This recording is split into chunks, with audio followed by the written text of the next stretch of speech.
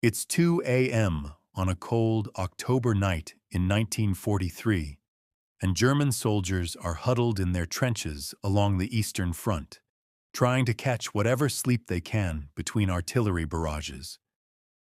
Suddenly, one of them hears it, a sound that makes his blood run cold. It's faint at first, like a distant whisper cutting through the night sky. Then it gets louder, closer, sounding like a broom sweeping across fabric or witches riding through the darkness on broomsticks.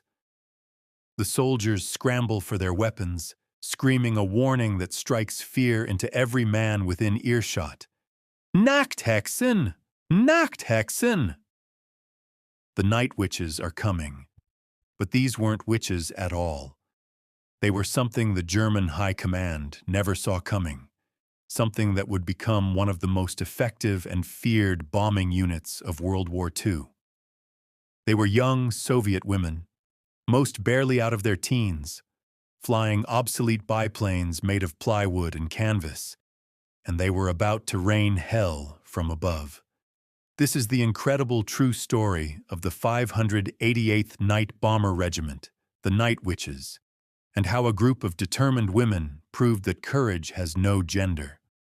When Nazi Germany launched Operation Barbarossa in June 1941, invading the Soviet Union with over 3 million troops, the situation was desperate. The Red Army was being pushed back on all fronts. Millions of Soviet soldiers were killed, wounded, or captured in the opening months of the war, and the Soviet Union needed every able body it could get. But there was one massive untapped resource: women.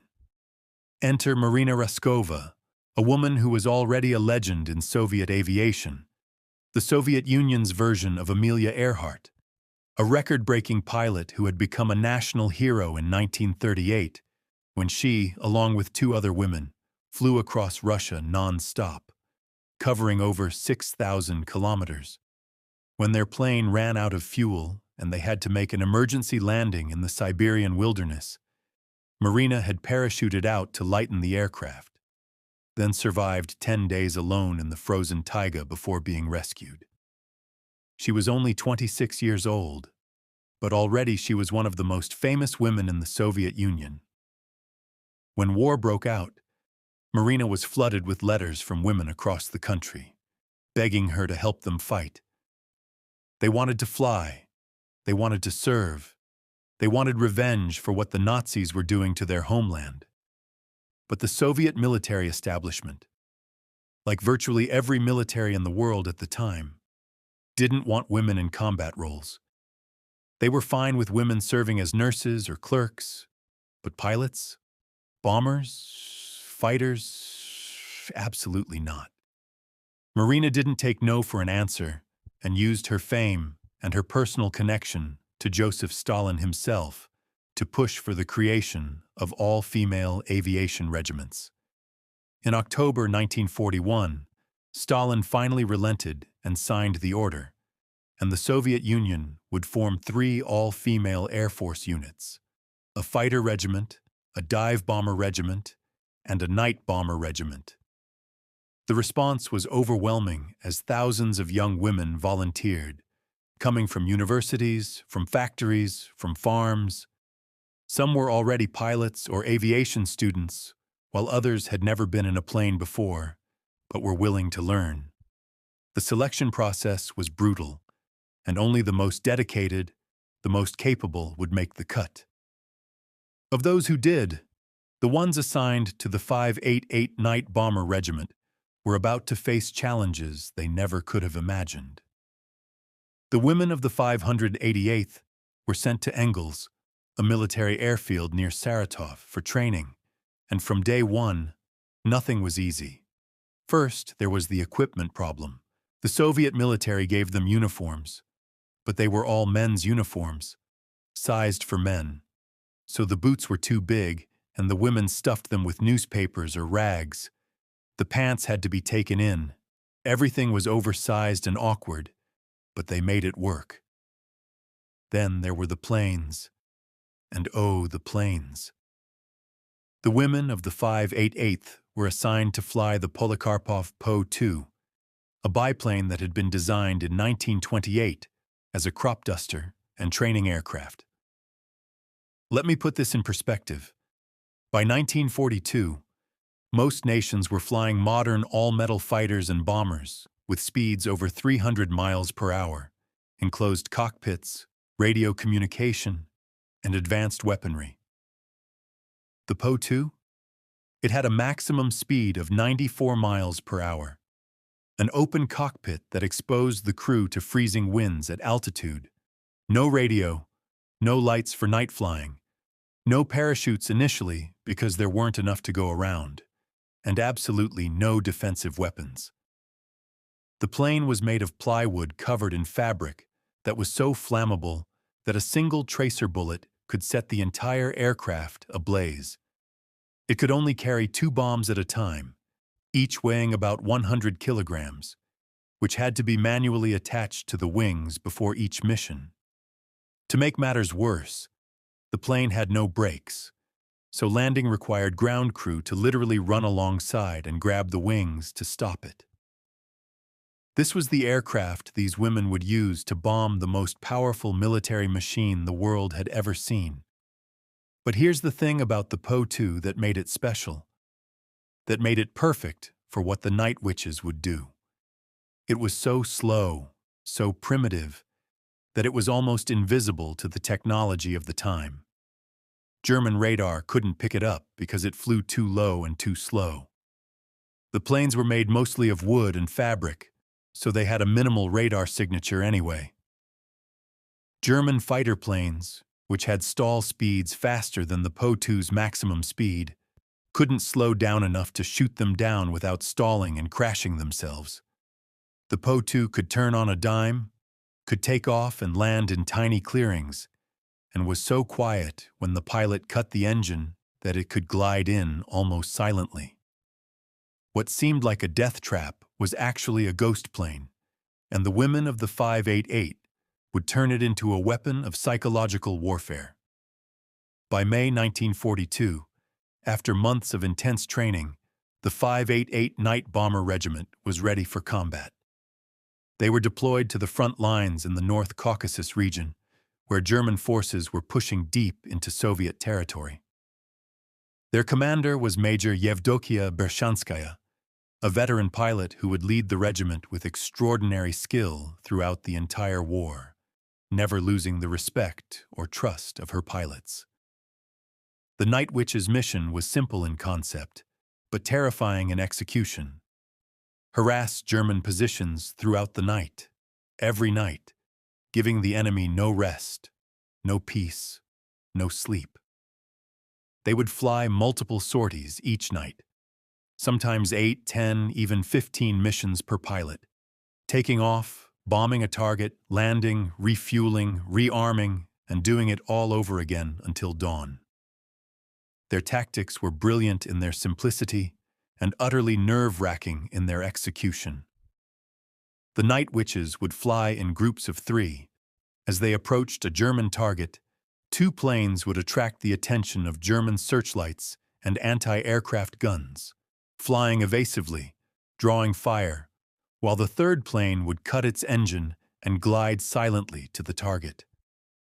In the sudden quiet, the Germans on the ground would hear only the wind whistling through the wooden struts of the plane, that eerie whooshing sound, like a witch's broom sweeping through the night sky.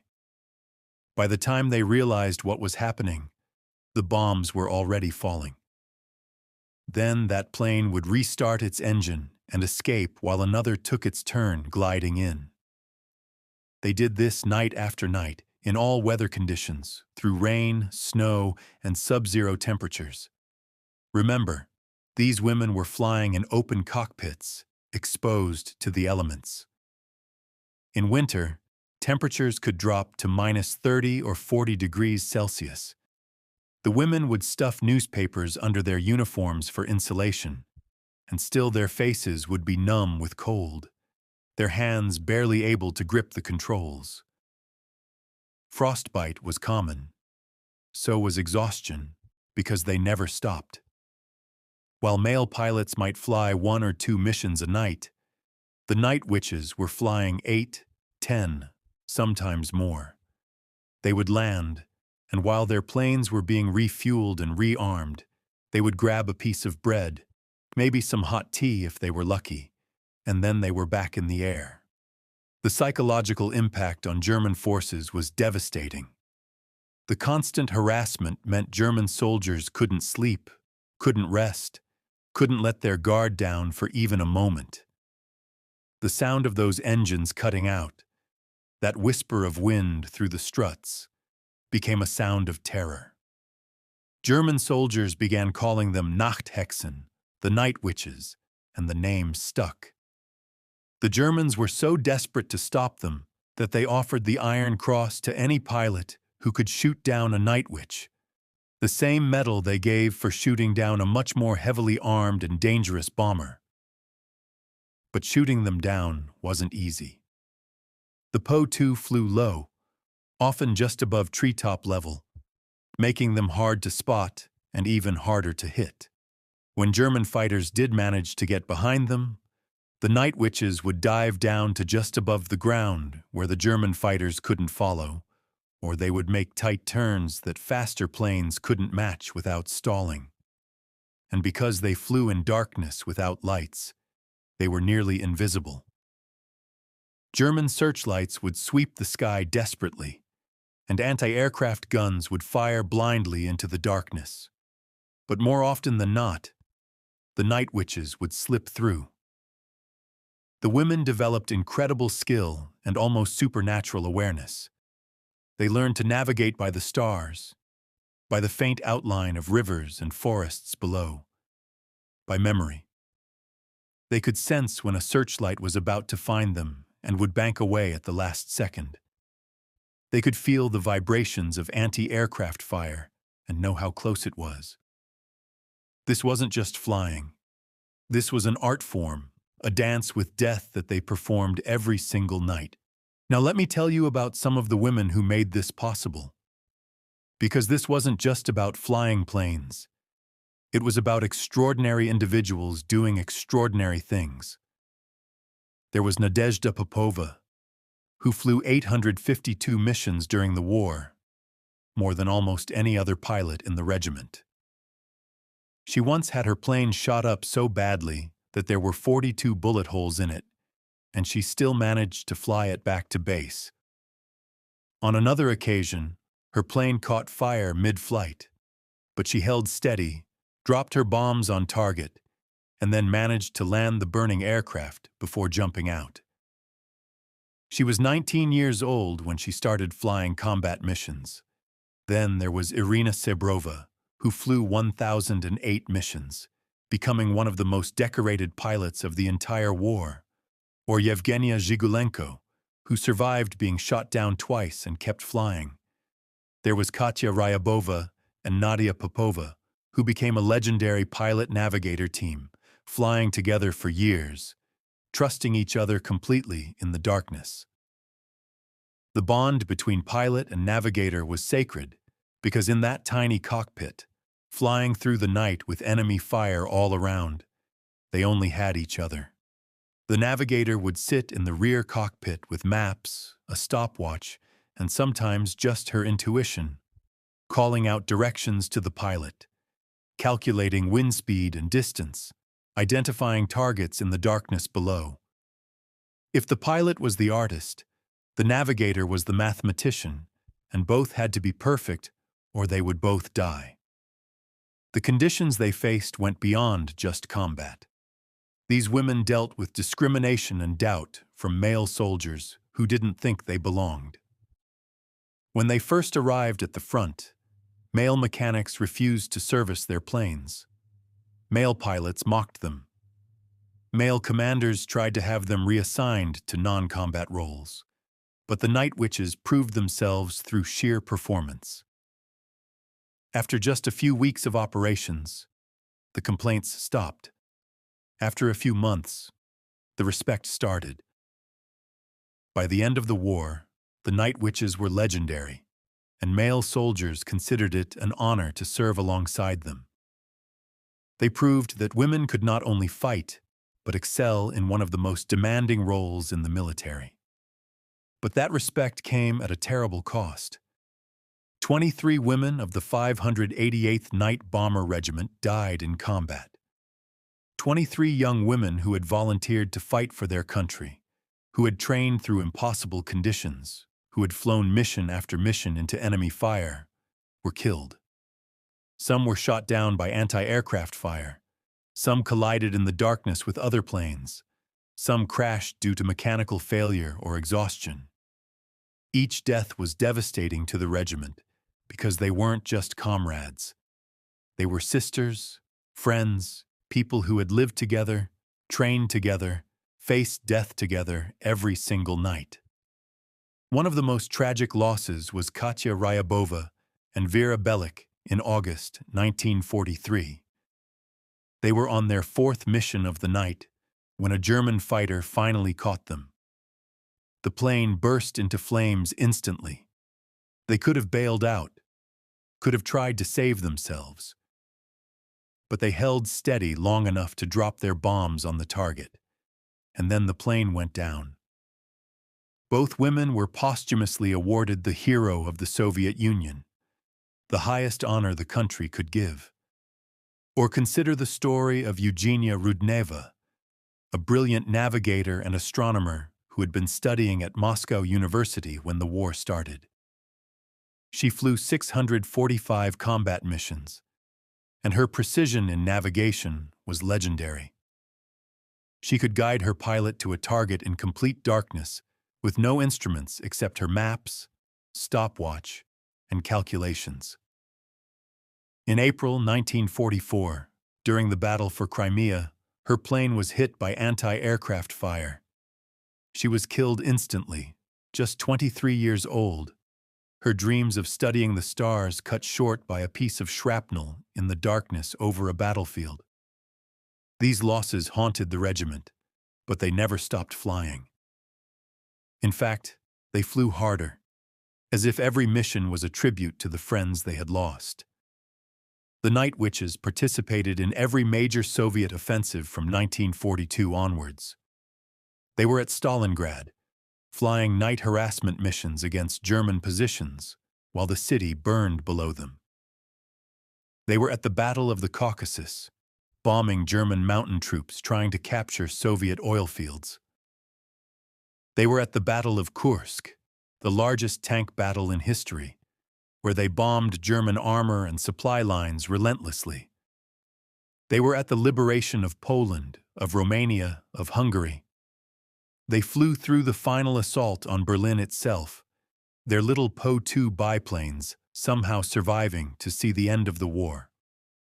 By the time Germany surrendered in May 1945, the 588th Night Bomber Regiment had flown over 23,000 combat missions and dropped over 3,000 tons of bombs.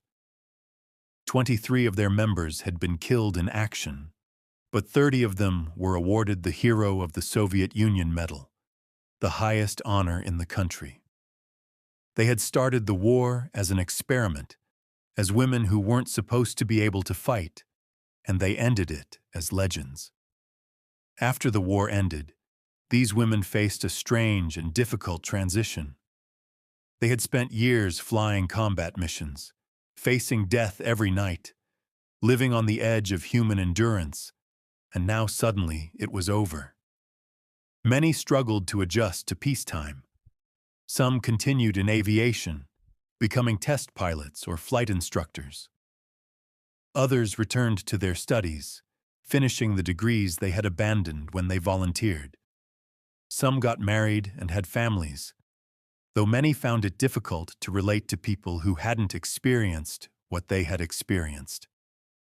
Nadezhda Popova, who had flown 852 missions, married a fellow pilot and became a flight instructor.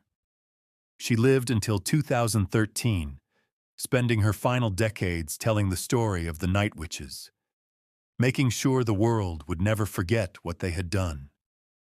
Irina Sebrova, who flew more missions than almost anyone, became an engineer. She lived until 2000, quietly, rarely talking about the war. Many of the night witches found that the Soviet Union, which had celebrated them during the war, was less interested in them afterwards. The male-dominated military establishment went back to excluding women from combat roles. The stories of the night witches were overshadowed by the stories of male heroes. For decades, their contributions were known mainly in Russia and were largely forgotten in the West. But here's what makes the story of the night witches so important, and why it matters that we remember them today. These women proved something that the world in 1941 didn't believe: that women could fight, could excel in combat, could face the same dangers and challenges as men and not just survive, but thrive.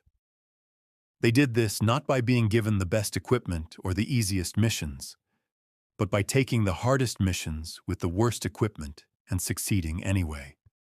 They did it while facing discrimination, while being told they couldn't, while being given oversized boots and obsolete planes and expected to fail.